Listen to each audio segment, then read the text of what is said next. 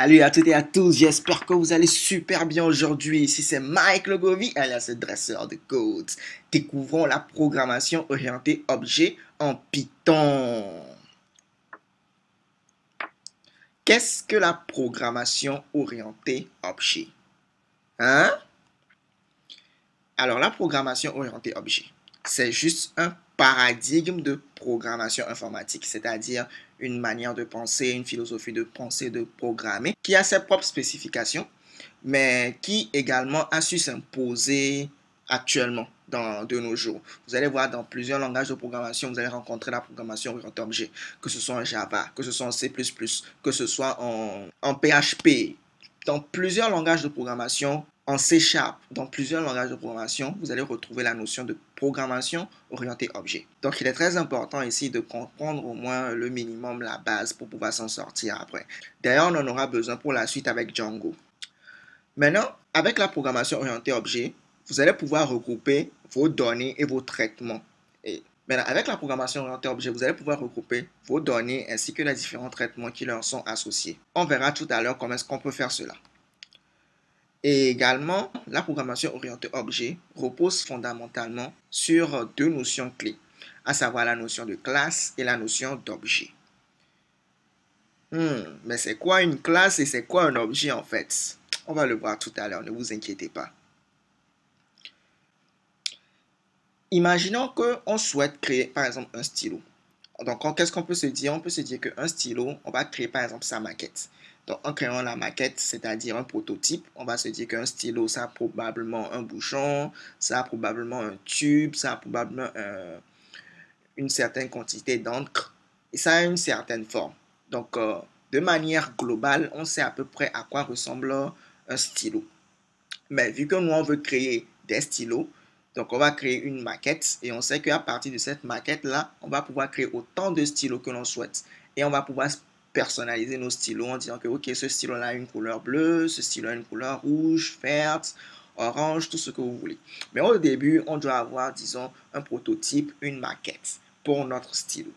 Et en programmation orientée objet, vous allez avoir une notion vraiment très similaire. Mais au lieu de parler de maquette en programmation orientée objet, on parle de classe. Donc en programmation orientée objet, vous allez avoir votre classe qui est votre maquette, qui est par exemple ici notre stylo que nous on veut créer. Et à partir de cette maquette-là, on va pouvoir créer autant de stylos que l'on souhaite. Que ce soit un stylo rouge, bleu, vert, tout ce que vous voulez. On va pouvoir créer autant de stylos que l'on souhaite. Et en programmation orientée objet, ces stylos-là, c'est ce que l'on appelle des objets. On parle également d'instances. D'accord?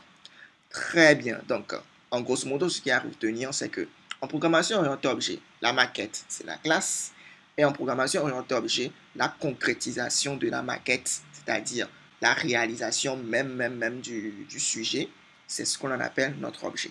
En l'occurrence, notre stylo, de manière globale, c'est notre maquette. Et notre stylo, par exemple, vert, ou bien notre stylo rouge, ou bien notre stylo bleu, ça, c'est notre objet. J'espère que vous avez compris ce concept. On va imaginer qu'on a une classe qui permet de créer des sites d'enseignement en ligne. On peut se dire, par exemple, qu'à partir de cette classe-là, des sites en ligne comme Open Classroom ont été créés ou encore Udemy ont été créés. Les deux, ce sont des sites d'enseignement en ligne. Vous êtes d'accord avec moi?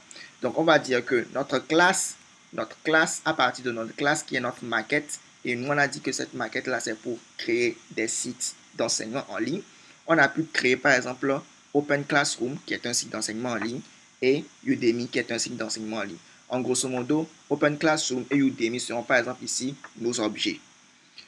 Maintenant, Open Classroom et Udemy sont deux objets vraiment différents, deux sites complètement différents.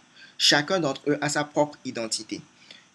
On peut définir l'identité comme par exemple l'URL pour accéder à ces différents sites. Par exemple, pour Open Classroom, c'est www.openclassroom.com. Pour Udemy, c'est par exemple www.udemy.com. Et ceci est unique et propre à chacun d'entre eux. Également, chacun de ces sites web là a ses propriétés. Par exemple, on peut dire que Open Classroom, la couleur phare, c'est le rouge. Udemy, la couleur phare, c'est disons le... Bon, là, je ne sais pas trop c'est quelle couleur, on va dire le bleu foncé façon. Excusez-moi. Et On peut par exemple dire que sur Udemy, les cours se font en anglais et sur Open Classroom, les cours se font en français. Donc ça, c'est des propriétés, c'est juste des exemples. Et on va dire également que chacun d'entre eux a ses propres fonctionnalités. Par exemple, sur Open Classroom, il y a le système de mentorat, il y a les cours qui sont gratuits, mais pour avoir les certifications, il faut payer. Par contre, sur Udemy, tous les cours ne sont pas gratuits, certains sont gratuits, d'autres sont payants. Les cours sont essentiellement en anglais. Et il y a des gens qui peuvent uploader leurs formations qui seront payantes. Également, les certifications sont disponibles de manière payante. Donc, il y a plein de fonctionnalités, d'autres, mais ça, c'est juste des exemples que j'ai cités. Donc, en gros, un objet sera défini de cette manière-là. Un objet aura son identité, ses propriétés et ses fonctionnalités. D'accord? Très bien. Voyons maintenant comment créer une classe, comment créer un objet. Pour une classe, par exemple, il suffit juste de mettre comme ceci, classe, site web, deux points, et de rajouter ici, par exemple, passe. Voyons voir, par exemple, dans le code, je peux mettre ici, par exemple, classe. Et on a dit que c'est site web. Donc, je mets ici tout simplement site web, je mets deux points. Et ici, il faut mettre passe. Pourquoi est-ce qu'on en met par exemple ici pass? Le pass là, il n'a pas un rôle vraiment spécifique. Mais on le met juste pour dire que, ok, pour l'instant, je ne sais pas ce que je vais mettre dans ma classe, mais j'aimerais quand même la définir. Donc, c'est comme ça on dit à Python que pour l'instant, je ne sais pas ce que je vais mettre dans ma classe, mais je l'ai défini. Je reviendrai plus tard pour compléter son contenu.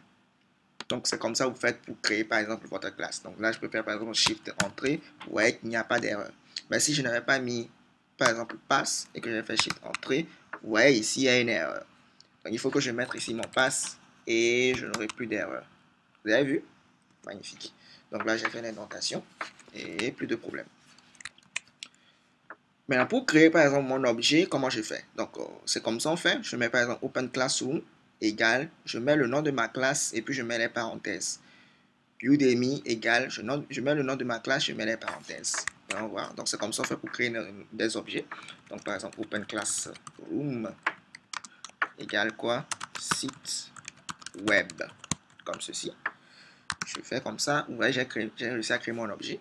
Je peux mettre, par exemple, encore Udemy égale site web. J'ai encore créé mon deuxième objet. Très simplement. Donc, vous avez vu que c'est très facile de créer, par exemple, une classe en Python, de créer des objets également en Python. Ok, cool.